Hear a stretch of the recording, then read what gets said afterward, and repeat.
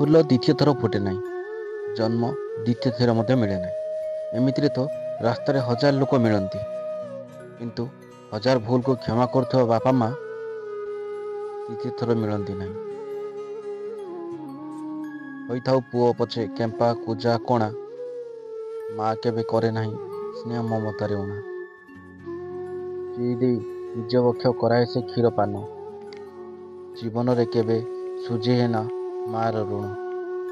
କଥା କୁହ ଏମିତି ଯେମିତି ପାଞ୍ଚ ଲୋକଙ୍କୁ ଭଲ ଲାଗୁଥିବ, କାମ କର ଏମିତି ଯେମିତି ପାଞ୍ଚ ଲୋକ ପ୍ରଶଂସା କରୁଥିବେ, ଚିନ୍ତା କର ଏମିତି ଯେମିତି ପାଞ୍ଚ ଲୋକଙ୍କର ମଙ୍ଗଳ ହେଉଥିବ।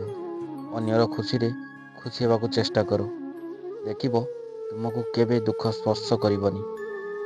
ଯେତେବେଳେ ଉଭୟ ଗର୍ବ ଏବଂ ପେଟ ବଢ଼େ, ସେତେବେଳେ ଜଣେ ପୁରୁଷ ବହୁ ଦୁଃଖ ପାଏ, କାହାକୁ ଆଲିଙ୍ଗନ କରିପାରିବ ନାହିଁ। ଯେପରିକି ଏକ ବୁନ୍ଦା ଲେମ୍ବୁ ରସ ହଜାର ଲିଟର କ୍ଷୀରକୁ ନଷ୍ଟ କରିଦିଏ, ସେହିଭଳି ଜଣେ ମଣିଷର ଅହଙ୍କାର ବଢ଼ିଲେ ସେତେ ଭଲ ସମ୍ପର୍କ ହେଲେ ମଧ୍ୟ ନଷ୍ଟ ହୋଇଯାଏ। ତ ଯଦି ତଥ୍ୟଟି ଭଲ ଲାଗିଥାଏ ନିଶ୍ଚିତ ଭାବେ ସବସ୍କ୍ରାଇବ୍ କରିଦେବେ।